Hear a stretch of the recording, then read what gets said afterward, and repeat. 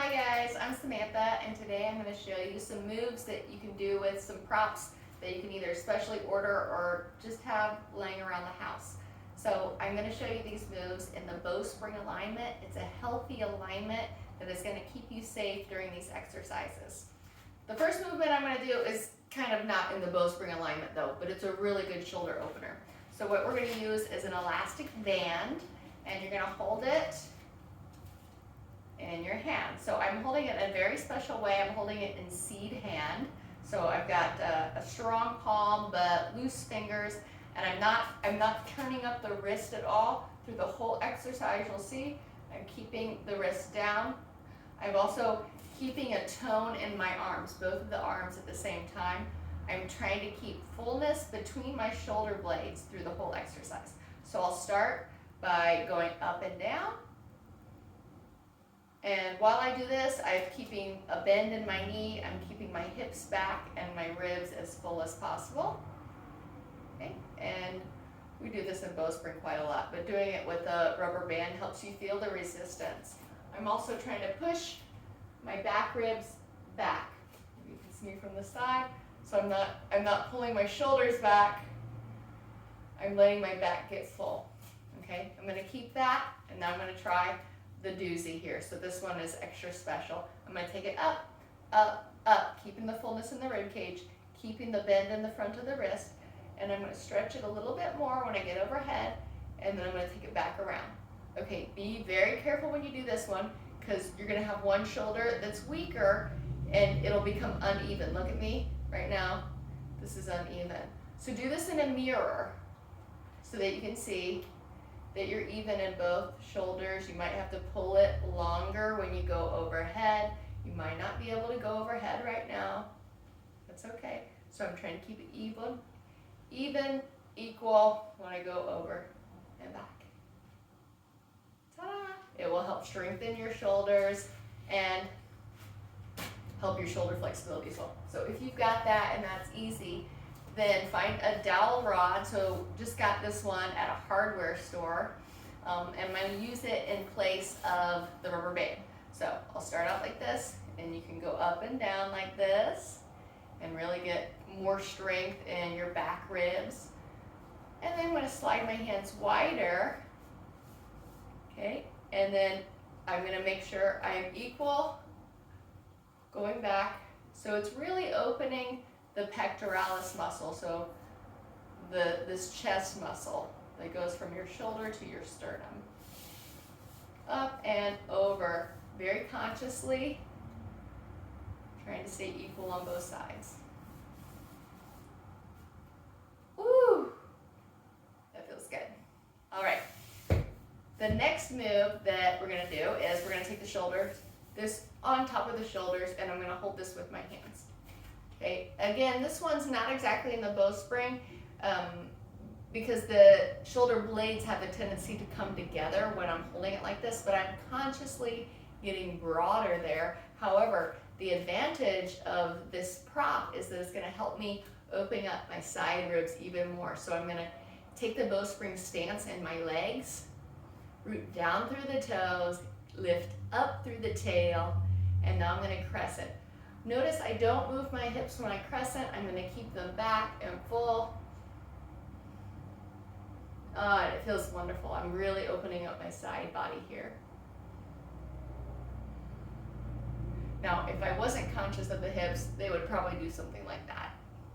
All right, but I'm going to keep them back, and I'll get even more of a stretch in the left side ribs. This time I can push my head back. Good. All right. And then the last exercise, I'm going to show you two more with the pull. Let me kick this out of the way for a second. We're going to use that in a second. Can't wait. All right. So a lot of times in the bowspring, we do something called crouching cat and twisted cat. And it's a little bit hard for beginners, so sometimes we do it on the wall, but I love doing it on a pole. So check it out. I'm going to make sure my pole is on a yoga mat so it doesn't slip. That would be very bad. All right, and I'm going to put the pole out in front of me. I'll put both hands on my pole, and I'm holding seed hands on the pole. So strong palms, springy fingers that aren't locked, okay? So I'm going to walk my feet out and slide my glutes back. And as you see, I am pushing my pubic bone, that's the bone right here, between my legs. So I'm getting longer from here to here. That's where I want to feel a stretch. All right?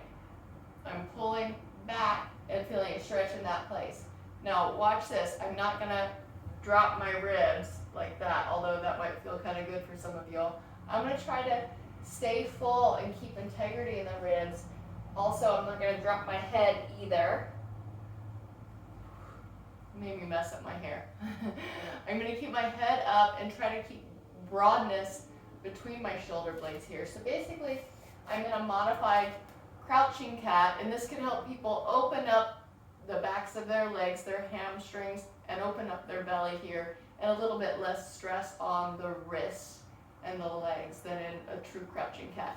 So I can go into a twisted cat here too. I'm going to hover the heels, just hover them, and then swivel. Okay, now my hips went in a different direction. I'll go the other way, hover, and swivel, and I can pulse here too. So that's a great exercise to work on your crouching cat and your twisted cat.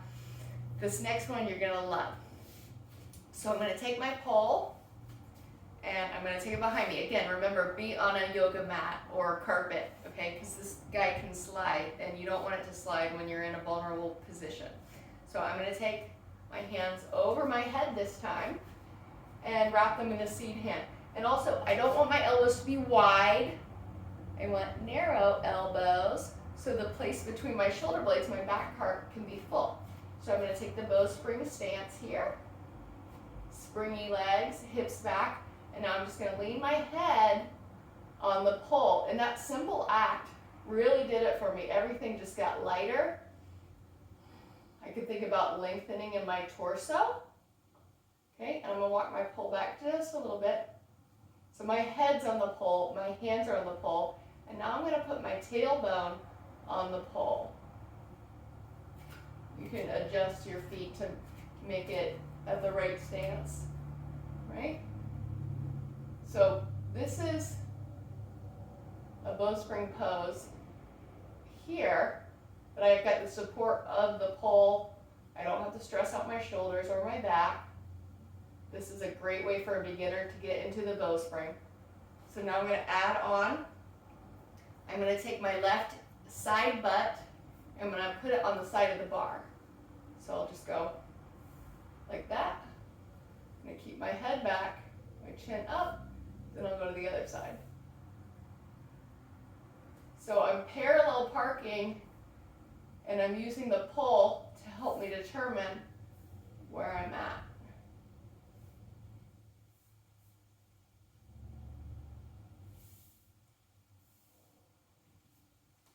Voila, there you have it. You can also use the pole to help you come up and down from the floor when coming into a low lunge. Oh, that's for a different day. The next thing I want to show you is using this contraption right here, which is not a camping toilet, although it might look like it. This is a shoulder stand thingy-majig. I don't know if there's a good name for it or not, but I love doing bowspring inversions on it because, one, you don't have to be able to balance on your hands to do it, and you get to feel the lightness and the ecstasy of going upside down. So I'm going to go upside down for you and show you some variations that you can make.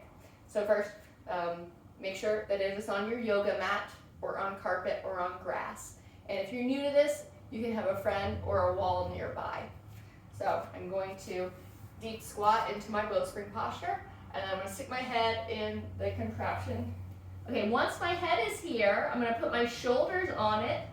And I'm not going to look at my feet, I'm going to look at the floor. That's the key, look at the floor. And then if you're new to this, you can use the wall to help climb your feet up. Or if you're a pro, you can just hop up.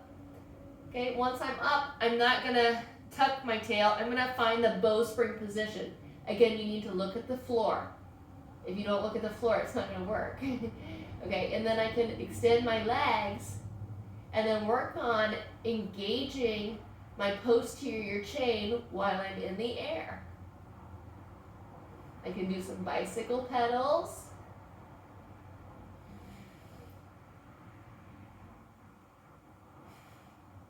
I can do a crouching cat position. I can do a pike position. So I'm keeping the waves of the spine. I can do a wide-legged position.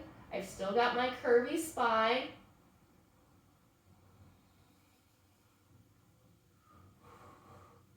And I can just play from here. It's fun. I can do a twist.